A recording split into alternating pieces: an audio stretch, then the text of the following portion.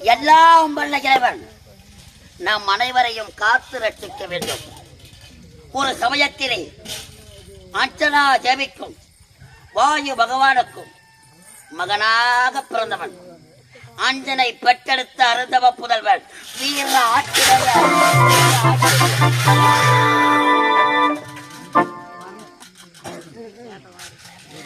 கேசரி வர்க்கத்திலே எனது தாய் அர்ச்சனாதேவி குழந்தை பேரு வேண்டும் என்று சிவபெருமானை குறித்து மகத்தான வேள்வி செய்தார்.